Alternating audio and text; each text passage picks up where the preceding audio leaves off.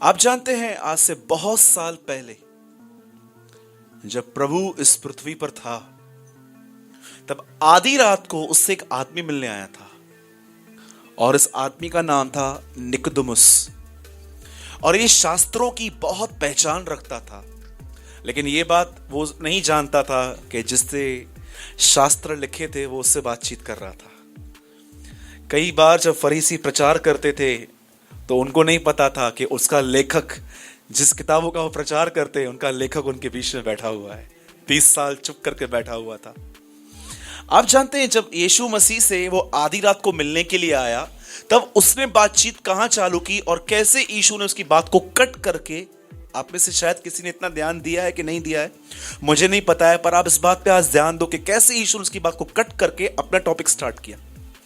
आप जानते हैं एक व्यक्ति आधी रात को यीशु से मिलने आया, उसका नाम था निकोदेमुस।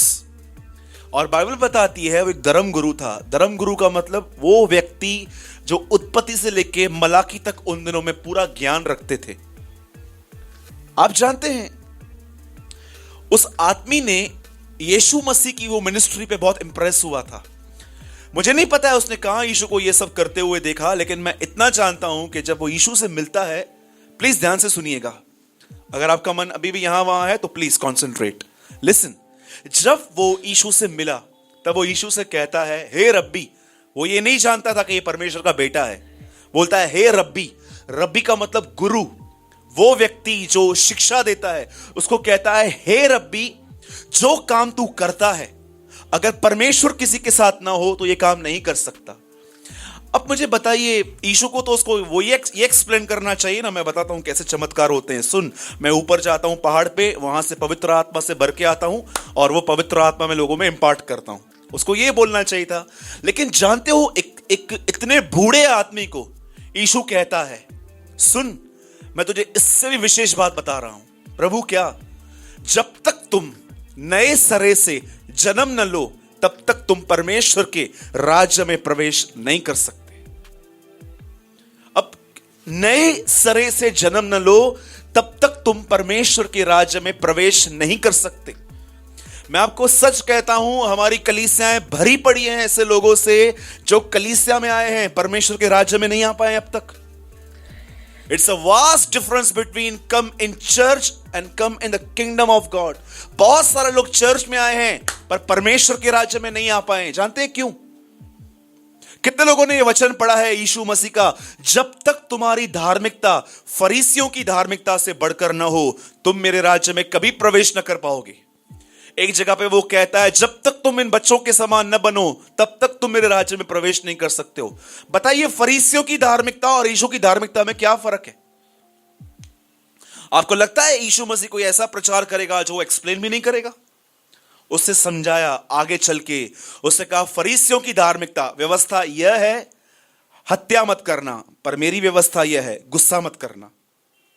उसके बाद वो कहता है इनकी व्यवस्था है व्यभिचार न करना, पर मेरी व्यवस्था है मन के अंदर किसी के लिए वासना मत रखना। वो कहता है इनकी वासना है सच मतलब सच, झूठ मतलब झूठ। इसका मतलब सच बोलना, झूठ मत बोलना। पर यीशु ने कहा मैं तुम्हें और 2 कदम आगे ले चल रहा हूं, हां की हां, ना की ना बोलना। आप में से कितने लोगों ने मत्ती 5, 6, 7 में आराम से पढ़ा है? एक तरफ उनकी धार्मिकता है, एक तरफ यीशु की धार्मिकता है। इसका मतलब क्या है? जितना वो बाहर से अपने आप को क्लीन रखने की कोशिश करते हैं, उतना ही अगर तुम अंदर से क्लीन न रहो तो तुम मेरे राज्य में कभी प्रवेश नहीं कर पाओगे। आप जानते हो यीशु उनको क्या समझा रहा है? मैं आपको बताता हूं, आप में से बहुत सारे लोग यहां पर जो बैठे हैं वो परमेश्वर के राज्य में क्यों नहीं आ पाए हैं। जानते हो क्यों नहीं आ पाए हैं? उसका रीजन क्या है? क्योंकि आपने अपने लाइफ में प्रॉपर रिपेंटेंस नहीं किया है, एक सही पश्चाताप। जानते एक सही पश्चाताप क्या होता है? क्योंकि आजकल बहुत फॉल्स पश्चाताप भी चलते हैं। जानते हो सच्चा और झूठा पश्चाताप क्या होता है? समझो, आप यहां पर आते हो मीटिंग सुनने के लिए। एक दिन मैं प्रचार कर रहा था निंदा मत करो, और आपको वचन चुभ रहा था, हां ये तो मैं करता हूं। और फिर प्रभु भोज के टाइम आप इमोशनली होके रो रहे थे 2 मिनट, और यहां से निकलते ही आपने वापस वो काम चालू किया। मुझे बताइए, यह पश्चाताप है कि सिर्फ पाप को मानना है? आप में से कितने लोग ये बात जानते हैं, पश्चाताप का रोने से कोई वास्ता नहीं है।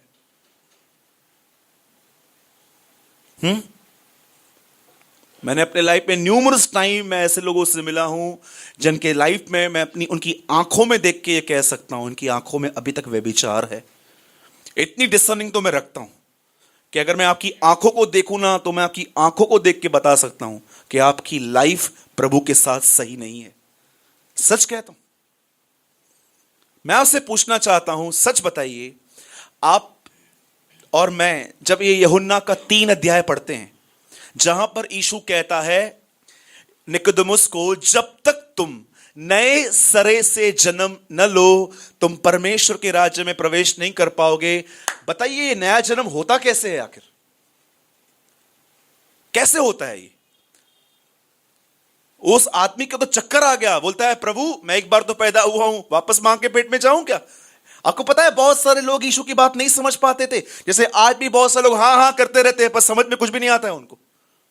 हाँ हाँ करते रहेंगे, हाँ मजा आया। अरे भाई क्या सीखा? मजा आया? मजे के लिए आए थे क्या चर्च में? क्या प्रचार किया आपने? नहीं चाहिए मुझे ये शब्द, रखो अपने पास। कितने लोग हैं जो ये कहते हैं ब्रदर आपने कुछ दिया है, मुझे उसको संभालना है आज। जानते हो नया जन्म क्या होता है? एक दिन यीशु मसीह सामरी स्त्री को कहता है मैं तुझे एक जल दूंगा। उसको लगा प्रभु लाइन खिंचा के देगा घर तक, सीधा घर पे पानी आएगा। Do you know? बोलती है मैं रोज रोज ये पानी भरने के लिए आती हूं, कुछ तो ऐसा कर मैं ना आऊं। आप पढ़ सकते हो, वहां लिखा है प्रभु कुछ ऐसा कर ताकि मैं पानी भरने ना आऊं। वेरी गुड बेटा, प्रभु तो के जाम आशीष करेगी। एक दिन यीशु मसीह प्रचार करता है फरीसियों के खमीर से सावधान रहो। उसके चेले बोलते हैं हम तो खाने को कुछ भी नहीं लेकर आए। ये आदमी बोलता है ऐसे। एक दिन वो कहता है जो कोई मेरा मांस न खाए, लहू न पिए, उसमें जीवन नहीं। बोलते हैं यार ये आदमी पागल है एकदम, क्या बात करता रहता है। ये लिखा नहीं है पर लिखा है वहां पर बुड़बुड़ कुड़कुड़ाना चालू था लोगों का। क्यों यीशु जो प्रचार करता था वो लोग नहीं समझते थे? क्यों आज लोगों को बाइबल समझ में नहीं आती है? क्योंकि उनका नया जन्म नहीं हुआ है, पुराना जन्म। कितने लोगों ने ये कहावत सुनी है? सच सच सच बताना, कितने लोगों ने कहावत सुनी भी है और समझी भी है? इंसान एक बार जन्म लेता है, 2 बार मरता है।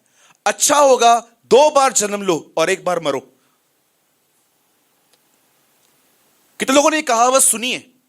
इंसान एक बार जन्म लेता है, 2 बार मरता है। अच्छा होगा 2 बार जन्म लेके 1 बार मरो। समझे? नहीं समझे? नहीं समझे इसका मतलब नया जन्म नहीं हुआ है तुम्हारा भी। हम पैदा हुए हैं, अगर हम गुनाह में मरेंगे, हम गुनाह में पैदा हुए ये हमारी गलती नहीं है, हम गुनाह में मरे ये हमारी गलती है। ये मदर टेरेसा ने कहा था। हम लोगों ने जन्म लिया, ठीक है, और अगर हम गुनाह में मर गए, पहले तो हम यहां मरेंगे शरीर में, उसके बाद आत्मा हमेशा के लिए नरक में सड़ती रहेगी। दो मौतें हुई, एक शरीर की, एक आत्मा की। अगर हमारा नया जन्म हुआ है, अगर हम आत्मा में एक दूसरा भी जन्म ले लें, तो हम एक ही बार मरेंगे शरीर में। हमारी नरक में कोई मौत नहीं है, हम खुदा के साथ रहेंगे। इसलिए बाइबल कहती है 2 बार जन्म लो और 1 बार मरो। अब मैं आपको बताता हूं, यीशु उसको एक्सप्लेन करता है। याद रखना, जीसस एक ऐसा प्रचारक नहीं था जो आधी बातों को देख के जब मैं कई लोगों से पूछता हूं कि कोई लोग मुझसे पूछते हैं सूरज भाई अगला जन्म है क्या? अधूरी शिक्षाएं हैं ना बहुत सारी। तो मैं उनको एक सवाल पूछता हूं, मैं उनको बोलता हूं इस बात का जवाब दो मुझे, अगर तुम ये विश्वास करते हो कि इंसान के बहुत जन्म है। क्योंकि आपको पता है दुनिया के लोगों का एक आंसर बहुत कॉमन होता है, मरने के बाद किसने देखा है? राइट है? पौलुस कहता है यदि हमने मरे हुओं का बपतिस्मा लिया है तो फिर क्या फायदा? पर उसके बाद वो कहता है निस्संदेह मसीह मुर्दों में से जी उठा। मैं उनसे एक बात पूछता हूं, जो लोग मुझसे ऐसे सवाल पूछते हैं, मैं उनको बोलता हूं मुझे बताओ अगर आप अगले जन्म में जानवर थे तो जानवर ने ऐसा कौन सा काम कर दिया कि प्रभु ने उसको इंसान बना दिया? और अगर आप इंसान थे तो आपको मोक्ष क्यों नहीं मिला? आपको मुक्ति क्यों नहीं मिली? आप वापस क्यों आए हो? ये सब अधूरे ज्ञान है। बाइबल कहती है मनुष्य का एक बार मरना और न्याय का होना नियुक्त है। किसी भी ऐसा लिखा गया है कुलस्सियों के अंदर, ना उन बच्चों के समान बनो जो मनुष्य की ठग और विधा के द्वारा यहां वहां फिरते रहते हैं। बाइबल बताती है इंसान का एक ही जन्म है, जैसे वो मरेगा ना वो पेड़ पे बैठेगा ना हाईवे पे घूमेगा। कई लोग कहते हैं ना, वो उनके घर में बिल्ली आती है तो बोलते हैं नानी आई है। हाँ, एक बार ऐसा हुआ था हमारे पुराने घर में, एक बिल्ली आई थी, किसी बोला नानी आई है। अरे मैंने बोला हाँ, इतना तंग किया है, वापस आइए बदला लेने के लिए। डू यू नो, मैं आपको सच कहता हूं, मनुष्य एक बार मरेगा, सीधा कहां जाएगा?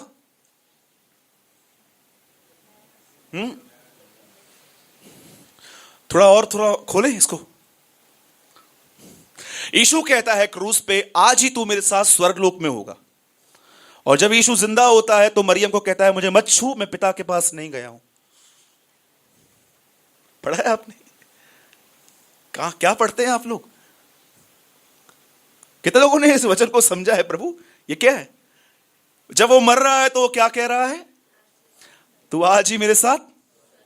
और जब यीशु मुर्दों में से जिंदा होता है तो मरियम को कहता है मुझे मत छू, मैं पिता के पास। याद रखिए, यीशु मसीह पिता के पास नहीं गया था, यीशु स्वर्गलोक गया था।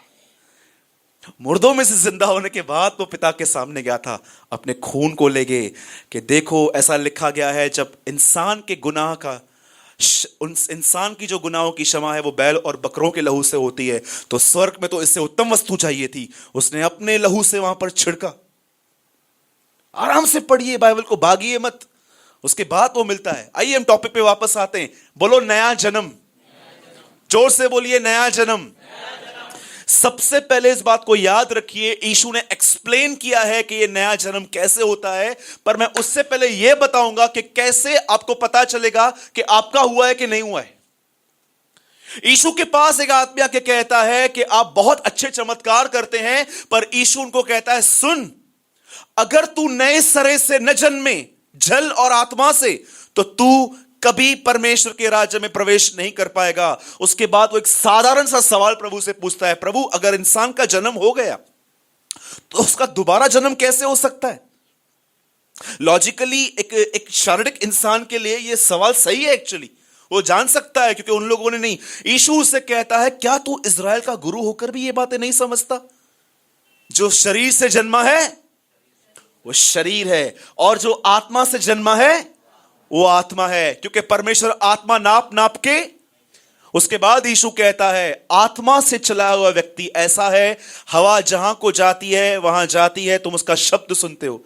आप जानते हो जो पवित्र आत्मा के द्वारा लोग पैदा हुए हैं, यूहन्ना 1:12 में लिखा है जितनों ने उस पर विश्वास किया उतनों को उसने परमेश्वर की संतान होने का अधिकार दिया। न वो शरीर और न वो मांस, न मनुष्य की शक्ति से, परंतु वे परमेश्वर से उत्पन्न हुए हैं।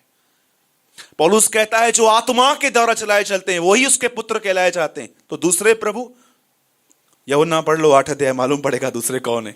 सुनिए अब मैं जो कह रहा हूं, बाइबल एक व्यक्ति के लिए बताती है, उसका नाम था शिमोन। और आप जानते हो प्रभु में आने से पहले इस आदमी का चरित्र जान लो। यह जादूगर था, इज अ म्यूजिशियन। आप जानते हैं उसके अंदर क्या कला थी? कुछ शक्ति थी उसके पास। कई बार आपने देखा होगा, आप सर्कस पे जाते होंगे, कुछ ऐसी जादू चलते रहते हैं। आपको पता है पुराने नियम के अंदर मूसा के समय में त्रिम्बरेस नामक एक आदमी ने लकड़ी में से सांप बनाया था। कितने लोगों ने पढ़ा है? बाइबल के अंदर पहला मिरेकल डेविल का जानते हैं कौन सा है? कि उससे सांप को पकड़ा और सांप के द्वारा वो बातचीत कर रहा था।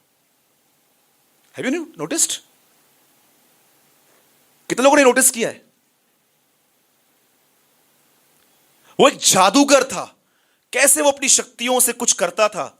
अब हुआ क्या, जब वो कुछ करता था ना, अभी नहीं पता है क्या करता था, हवा में से कबूतर निकालता था या यहां से रुमाल निकालता था, वो कुछ भी नहीं लिखा है, लेकिन इतना लिखा है वो एक जादूगर था और अपनी शक्ति से बड़े बड़े काम करता था। अब हुआ क्या, जहां पर वो काम करता था ना, वहां पर एक आदमी था जो प्रचार कर रहा था, उसका नाम था फिलिपुस। बोलिए फिलिपुस। और फिलिपुस वहां पर प्रचार कर रहा था और लोगों ने क्या किया, अब लोगों ने शिमोन का हाथ छोड़ के वो सब फिलिपुस के साथ हो गए। और ये सब वो देख रहा था, और जानते हो देखने के बाद उसको क्या लगा कि मुझे भी यहां जाना चाहिए। अब वो उसके ग्रुप को ज्वाइन करता है, विश्वास करता है, बपतिस्मा लेता है और फिलिप्पुस के साथ रहना शुरू कर देता है। और जब फिलिप्पुस ने पतरस और यूहन्ना को बुलाया लोगों पर हाथ रख के प्रार्थना करने को, तब इस आदमी ने पतरस के अभिषेक को देख के ये इंप्रेस हुआ। इसने देखा कि पतरस के ऊपर ऐसा अभिषेक है कि पतरस जब लोगों पे हाथ रखता है ना, कुछ होता है। आज भी मैंने बहुत सारे लोगों को देखा है, जब टीवी चलाते हैं ना और कोई दिखता है ना कि कोई हाथ रखने से गिरता है, सब लोग कहते हैं काश ये मेरे पास भी हो, मैं किसी पे हाथ रखूं वो भी गिर जाए। शिमोन जादूगर, ये उसकी आत्मा है। जानते हो बाइबल के बहुत सारे नेगेटिव चरित्र हमारे अंदर भी रहते हैं। कितने लोग हैं जो कभी कभी पैसा खर्च करने में बहुत कंजूस होते हैं, सो स्टिंजी, देखे हैं आपने? कितने लोग हैं जिन्होंने महसूस किया है आपसे पैसा निकलता ही नहीं है पॉकेट में से। आपके घर में मस्त चीजें पड़ी हो, काजू और पापड़ी, भेल, मेहमान आता है क्या खिलाते हो?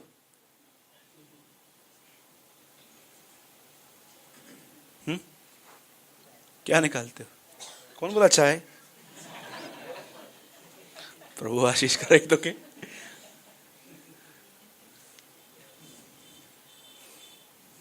कई लोग जब मेहमान आते हैं ना, अंदर जाते हैं, देखते हैं डब्बा खोल के काजू भी पड़ा है, बेल भी पड़ा है, और उनको विचार आता है काजू मेरे बच्चे खाएंगे, इनको बेल खिलाओ।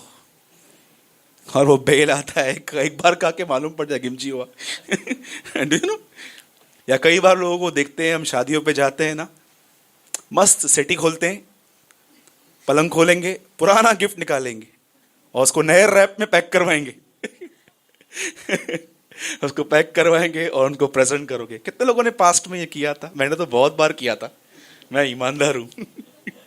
हम कभी कभी सोचते थे कौन 300 रुपया खर्चा करेगा, पड़ा है ना, वैसे हम पहन थोड़ी ना रहे, ले घड़ी इसका पहन ले। डू यू नो, एक ऐसे लोग होते हैं, यू नो, जब यीशु के सामने एक इत्र डाला गया, उस इत्र की कीमत मुझे बताओ, यहूदा को कैसे मालूम पड़ी कि 300 दिनार की है? देखें किससे कैसे कैसे लोग हैं बाइबल के अंदर, क्योंकि कुछ पता भी नहीं है, कैसे ही बोल देते हैं 300 दिनार। क्यों बेचा गया? कितने लोगों के अंदर यहूदा इस्करियोती जिंदा है जो अंदर से बोलता है खर्चा मत कर। Tell me. अरे जहां अनिवार्य है वहां तो करो। मैं नहीं बोलता हूं कि यीशु ने अपने पैसे सिर्फ 2 जगहों पे खर्च किए थे, यूहन्ना में लिखा है, आपको पता है? कितने लोगों को ये बात पता है? जीसस के पास एक करंट अकाउंट रहता था, थैली होती थी ना करंट अकाउंट। कितने लोगों ने यीशु के साथ ज्वाइंट अकाउंट खोला है? मेरा यीशु के साथ ज्वाइंट अकाउंट है। प्रभु जो तू बोल सब तेरा है। We have a joint account. Yeshu के पास एक सेविंग अकाउंट था, यीशु के पास पैसे रहते थे। आपको पता है वो यहूदा इस्करियोती उसका ट्रेजर था। और यीशु ने अपने पैसे सिर्फ 2 तरह से खर्च किए थे। जानते हो कहां लिखा है? यूहन्ना में। जब वो प्रभु भोज का सामान लेने के लिए पतरस को भेजता है, लोगों को भेजता है, तो उनको कहता है सुनो, जो जरूरी है वह ले लो और बाकी गरीबों को दो। उसे पूरी जिंदगी पैसे 2 तरह से खर्च किए थे। सबसे पहले पैसा वहां खर्च करो जहां पर बहुत जरूरत है, और दूसरी जगह कुछ गरीबों को दो। He have a principal. कितने लोग हैं जो कई बार आपने देखा कि आपके पास 100 ड्रेसेस थी पहनने के लिए, फिर भी आप मार्केट में गए, आपको कुछ अच्छा लगा और आप लेकर चले आए। क्या जरूरत थी? आपके घरों के अंदर, मेरे घरों के अंदर ऐसी बहुत सारी चीजें हैं जो हम एक्साइटमेंट में लेकर आए, आज वो चीजें धक्के खा रही हैं, उनको कोई यूज करने वाला नहीं है। सच कहता हूं, न्यूमरस टाइम मैंने देखा है कि लोगों को जिन चीज की जरूरत भी नहीं रहती है। एक बहन स्पेक्स पहनती थी, चश्मा पहनती थी। आपको पता है ना आजकल स्पेक्स के क्या डिजाइन आ चुके हैं, साइड से गोल्डन कड़ी, यहां से ब्लैक, और वो वहां पर गई और अंदर ही अंदर अंदर ही अंदर ऐसे, और माँ को बोलती है माँ बनवा के देना। तो इसका क्या करें? हाँ, नया नया बोलेंगे, पुराना हो गया। क्या जरूरत है? बाइबल कहती है संसार में 3 वस्तुएं हैं। पहले लिखा है शरीर की अभिलाषा। Do you know? बोलो यीशु मसीह की। सुनिए, जब उस आदमी ने पतरस को देखा कि पतरस के हाथ रखने पर लोगों पे कुछ उतर रहा है, जानते हो उसने पतरस से क्या कहा? पतरस, ये पैसा ले और ये वरदान मुझे दे दे। पतरस उसे कहता है, तूने परमेश्वर के वरदान को पैसों से खरीद करने की कोशिश की है, अब तेरा कोई भाग नहीं है, क्योंकि मैं देखता हूं तेरा मन सीधा नहीं है। आप जानते हो बहुतों का मन सीधा नहीं है, सीधा। मैं बाइबल में से एक व्यक्ति को आपसे मिलवाता हूं, अगर हो सके तो ध्यान से सुनिएगा। कितने लोग ये बात जानते हैं? बहुत जबरदस्त बात है अपने आप में, जो समझे। आप जानते हो पुराने नियम में लूत और इब्राहिम एक जगह खड़े थे और उनके चरवाहों के बीच में झगड़ा हो गया। आइए, प्रॉपर्टी लवर्स, आपके लिए बहुत अच्छा है ये, जिनको अपने घर की दीवारों से बहुत प्यार है, सुनिए। आप जानते हो वहां पर इब्राहिम ने लूत से एक बात कही है, सुन, अगर तू दाहिने जाएगा तो मैं बाएं जाऊंगा, तू बाएं जाए तो मैं दाहिने जाऊंगा। इसका मतलब क्या है? आपने पढ़ा है ना? आओ थोड़ा आज मॉडर्न वर्ल्ड में अगर इब्राहिम आज होता तो क्या कहता? जानते हो इब्राहिम इनडायरेक्टली क्या कह रहा था? सुन, तुझे जो अच्छा लगता है तू ले, जो तुझे पसंद नहीं है वो मुझे दे दे। आप में से कोई भाई यहां पर है? सच बताइए कि आप दो भाई थे और आपका बाप मर गया और उसके बाद प्रॉपर्टी का हिस्सा हो रहा था और आपने अपने भाई को ऐसा कहा, जो तेरे को अच्छा लगता है तू ले ले, जो अच्छा नहीं वो मैं ले लूंगा। टेल मी, आज देखो कैसे झगड़े होते हैं प्रॉपर्टीज की बात पे, इससे लड़ाइयां होती हैं। बाइबल कहती है तुम में लड़ाई और झगड़े कहां से आ गए? क्या उन अभिलाषाओं से नहीं जो तुम्हारे अंगों में है? जानते हो कौन से लोग झगड़े करते हैं? जिनको इन दुनिया की चीजों से प्यार है। एक बार यीशु मसीह को पिलातुस कहता है, तुझे मारने और तुझे छोड़ने का अधिकार मुझे है। वो कहता है, सुन, अगर मेरा राज्य यहां का होता तो हम लड़ते। जानते हो कौन से लोग लड़ते हैं? जिनका राज्य यहां का है, लेकिन जिनका राज्य वहां का है, एक साइन है उनका, वो कभी नहीं लड़ेंगे। They never fight.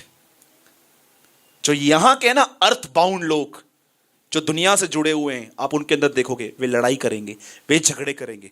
पर परमेश्वर के सच्चे लोग कभी चीजों की बात पे, प्रॉपर्टीज की बात पे कभी झगड़े नहीं कर सकते हैं। जानते हो पतरस उसे क्या कहता है? तेरा मन प्रभु के सामने सीधा नहीं है। और उसके बाद वो आदमी कहता है, सुन, मेरे लिए प्रार्थना कर। अब मैं कुछ आपसे पूछना चाहता हूं। ये जो भी मैंने आपको बताया, ये यूहन्ना के 3 अध्याय में जो पिलातुस के लिए, ये निकोदेमुस और यीशु के लिए आप पढ़ सकते हो। सुनिए एक चीज, अब सुनिए।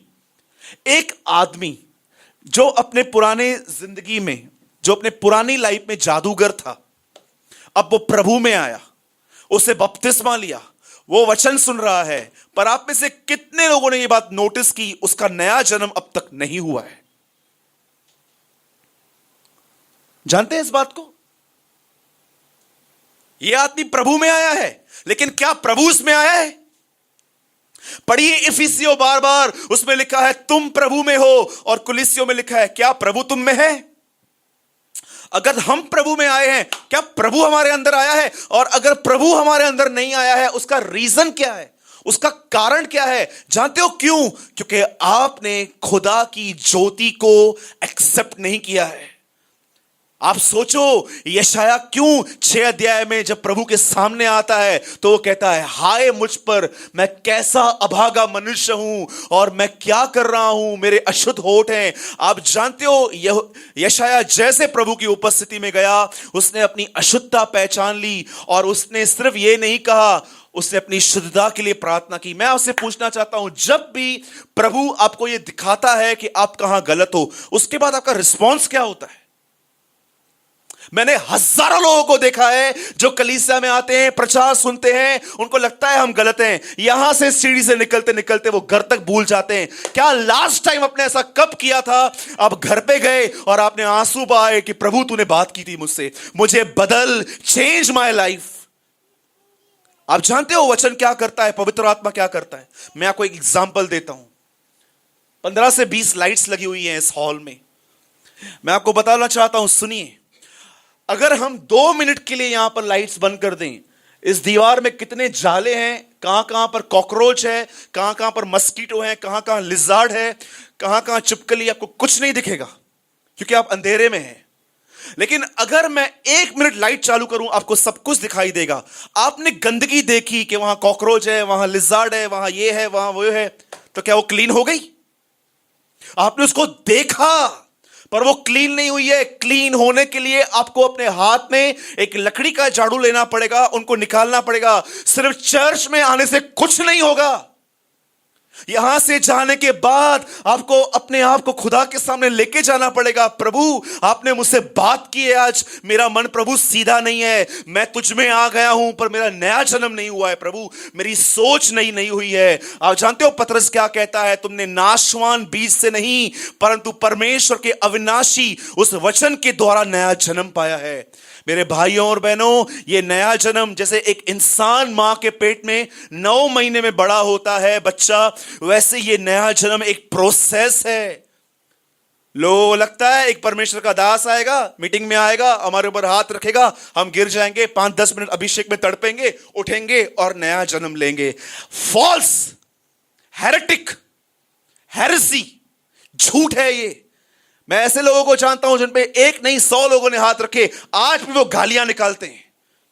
पतरस नहीं कहता है किसी के हाथ रखने के द्वारा, वो कहता है परमेश्वर के वचन के द्वारा तुम्हारी सोच, तुम्हारा नया जन्म होता है। जिन लोगों को बाइबल पढ़ने का समय नहीं है, मैं यीशु के नाम से कहता हूं, तुम खतरे में हो, खतरे में। और खतरा जानते हैं क्या होता है? एक बार मैंने अपनी मां को बोला, मेरे लिए गर्म पानी रख, बहुत ठंडी थी, और मुझे एक फोन आ गया कि जल्दी आओ, कहां पहुंचना है। और मैंने अपनी मम्मी से पूछा, मम्मी पानी? मम्मी ने बोला रखा है, और मैं खुद उठाने के लिए वहां पर गया। पर मुझे उन दिनों में इतनी घाई थी कि मैंने अपने हाथ में कपड़ा नहीं लिया और मैं ऐसे उठाने की कोशिश कर रहा था। पूरी मेरी ये दोनों उंगलियां काली हो गई थी। और जब मुझे वो चटका लगा, मुझे प्रभु ने एक बात कही वहां पर, ये गर्मी बर्दाश्त नहीं कर पा रहा है, नरक की गर्मी कैसे बर्दाश्त करेगा तू? Yes Lord. जानते हो नरक की सबसे गंदी चीज क्या है? कितने लोग नरक को जानते हैं? नरक है क्या? जिस आदमी ने सबसे अधिक नरक का प्रचार किया है वो यीशु मसीह है। आज बहुत आप में से बताइए, लास्ट टाइम आपने कब इस पे संदेश सुना था? रेथ ऑफ गॉड, खुदा का क्रोध। लास्ट टाइम आपने कब यह संदेश सुना था? प्रभु का न्याय। हम लोग जानते हैं क्या सुन रहे हैं? Sugar coated preaching. प्रभु में एच मस्त कार, बंगलो, BMW सब मिलंदे, ऑडी भी मिलंदे। Do you know? आप जानते हैं नरक क्या है? अब मैं आपको एक लास्ट बात बता के मैं इस मैसेज को फिनिश कर रहा हूं, और एक चीज बताऊंगा, सुनिए। लिसन, नरक क्या है? और अगर आपको लगता है कि बिलीवर वहां नहीं जा सकता, तो मैं आपको बताना चाहता हूं, पास्टर, प्रीचर, बिलीवर तीनों जा सकते हैं वहां पर। बताइए, जो 5 स्त्रियां रह गई कुंवारियां, उन्हें क्या कहा गया?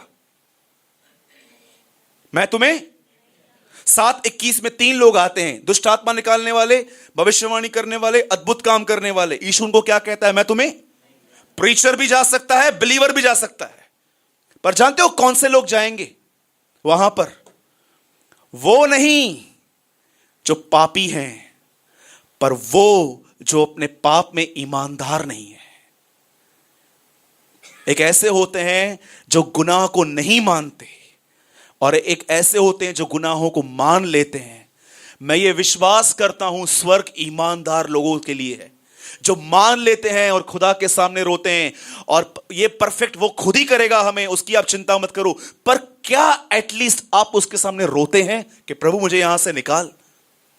Tell me. 3 चित्र हैं बाइबल के अंदर नरक के।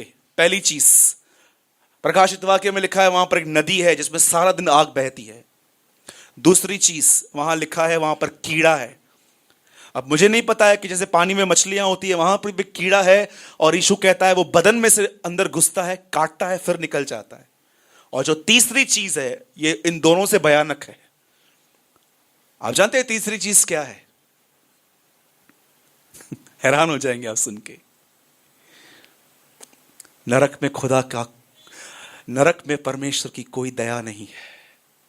That's a most horrible thing.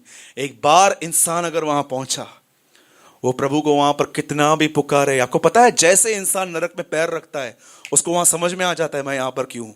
जानते हो, एक धनवान वहां गया और वहां पर जाके जानते हैं क्या बोलता है, प्रभु किसी को भेज ताकि मेरे भाई पश्चाताप करें। उसे 1 सेकंड में वहां पर समझ में आ गया मैं यहां पर पाप की वजह से हूं, ऑन द स्पॉट।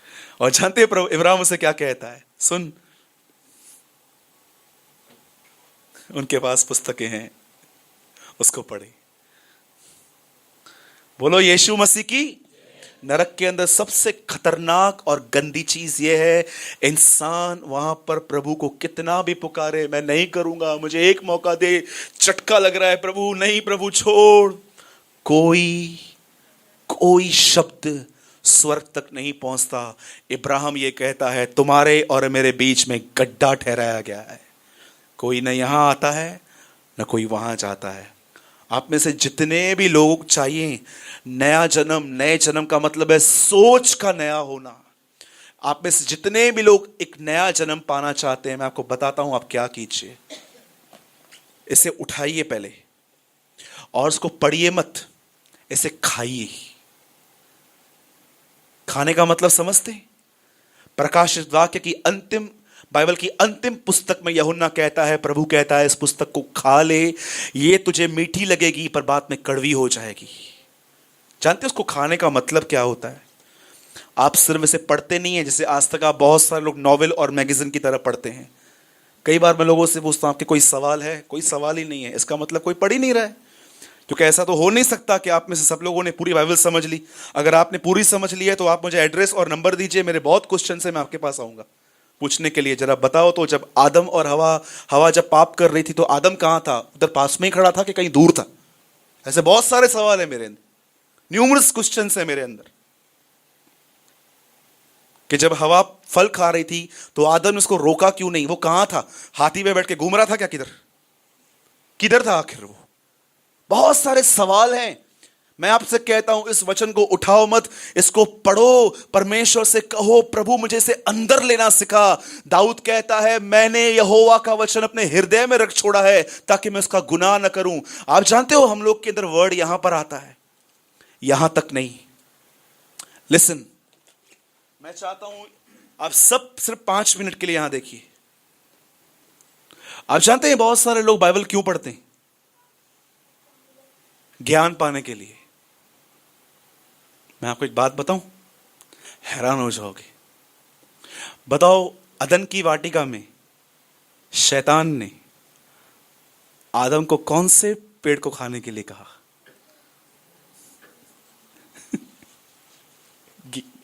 ज्ञान की। कौन सा पेड़ छुपाया गया? बताओ ये ज्ञान और जीवन का वृक्ष है क्या? अरे ये सिर्फ पेड़ नहीं है, ये 2 तरीके हैं जिंदगी जीने के। एक ये है कि मेरे पास सब चीजों का ज्ञान है, सही क्या है गलत क्या है, मैं खुदा से कुछ नहीं पूछूंगा, मैं अपने आप में खुदा हूं। लेकिन जानते हो जीवन का वृक्ष क्या है? मुझे कुछ नहीं पता है, मैं उस परमेश्वर पर निर्भर हूं जो जीवन का रचयिता है। और जानते हो ज्ञान पाना कितना आसान है। आप किसी के साथ भी बैठो, आप बाइबल पढ़ो, आपको ज्ञान मिल जाएगा। जीवन जानते कैसे मिलता है? कितनों के बाद जानते हैं उस पेड़ के आजू बाजू क्या घूम रही थी? ज्वालामय तलवारें। इसका मतलब क्या है? अगर तुम्हें जीवन चाहिए तो सबसे पहले तलवार तुम पर चलेगी। और जानते हो ये तलवार कौन सी है? इब्रानियों 4:12 में लिखा है प्रभु का वचन तलवार है जो तुम्हारी प्राण और आत्मा को अलग अलग करता है। याद रखो, जब आप बाइबल को इसलिए पढ़ोगे कि क्या क्या लिखा है ये अलग बात है, लेकिन जब आप इसे जीवन के लिए पढ़ोगे कि मुझे इस पे चलना है, तब ये तलवार आपको अंदर से काटेगी। सोचो किसी ने आपको परेशान किया है और प्रभु का वचन आपको कहता है उन्हें माफ करो, कैसे वो तलवार हमें काटती है। ये परेशान भी क्यों होता हूं और माफ भी माफ क्या? डू यू नो कितने लोग हैं जिन पे तलवार चल रही है? हाँ जी, प्लीज इस हेरेसी में मत जीना कि एक परमेश्वर का दास हम बुलाएंगे, वो आप पे हाथ रखेगा, आप गिर जाओगे, 10 मिनट ऐसे ऐसे करोगे, उठोगे और आपका नया जन्म होगा। पतरस कहता है हर व्यक्ति का नया जन्म वचन के द्वारा होता है, और ये वचन पढ़िए, इसे समय दीजिए, इसे अपने अंदर लीजिए। एक लास्ट लाइन कहता हूं और मैं फिनिश कर रहा हूं। कितने लोग ये बात जानते हैं भजन संहिता 119 किसने लिखा है? 119।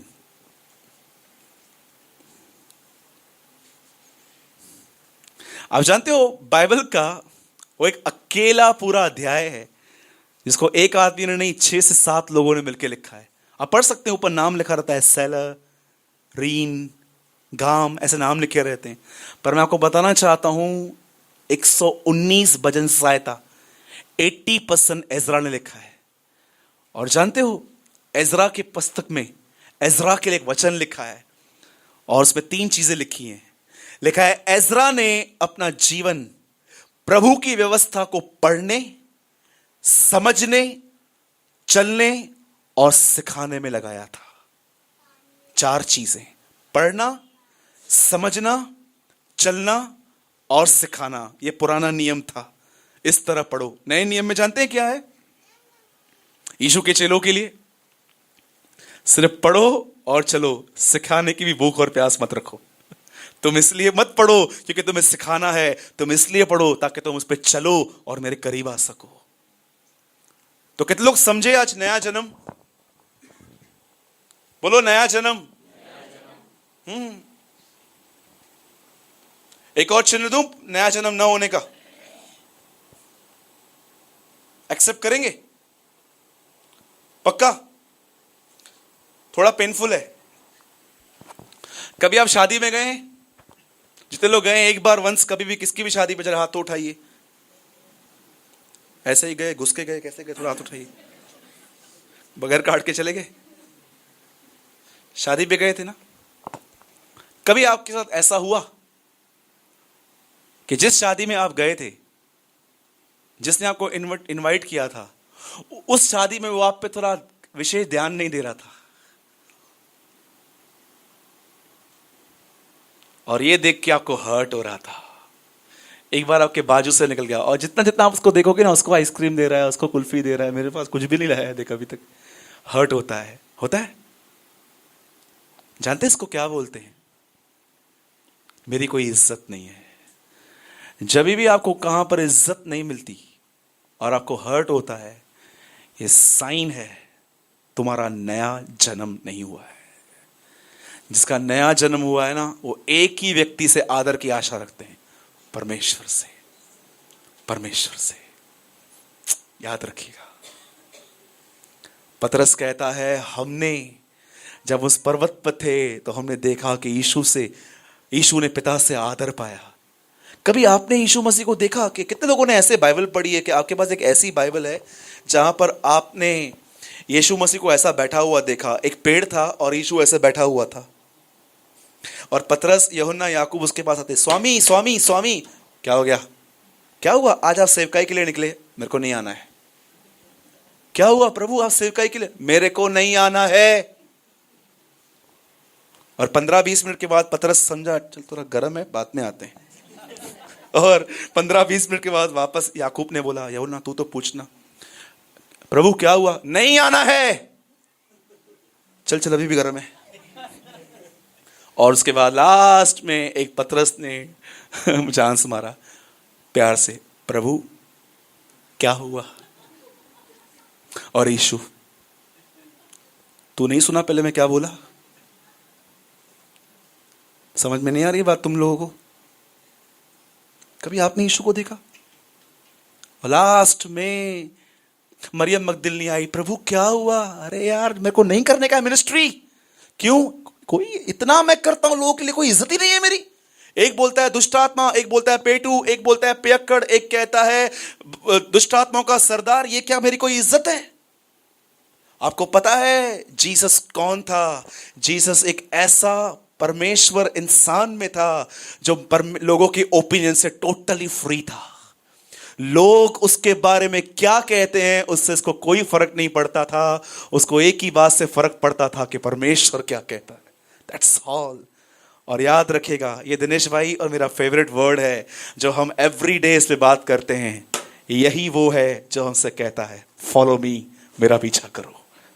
इसका मतलब किसी से आदर की भूख और प्यास मत रखो। प्रभु का धन्यवाद करो जब आपको कोई आदर दे, और जब आपको कोई आदर न दे और आपको तकलीफ होती ना, घर पे आओ और रिजॉइस करो, प्रभु thank you for this scanning, आपने मुझे दिखाया मैं कहां गलत हूं, मुझे एक टॉपिक मिल गया आपसे बात करने के लिए कि मुझे यहां से निकाल। सच कहता हूं। बोलो यीशु मसीह की, बोलो मुझे कोई आदर नहीं चाहिए। मैं आपको सच कहता हूं, ये प्रभु का अनुग्रह है मुझ पर। मुझे कोई रिस्पेक्ट दे नहीं दे, मुझे कोई फर्क ही नहीं पड़ता है। आप मुझे क्या भी बोलो, कुछ भी बोलो, मैं आपके लिए कभी अपने अंदर नफरत नहीं रखूंगा।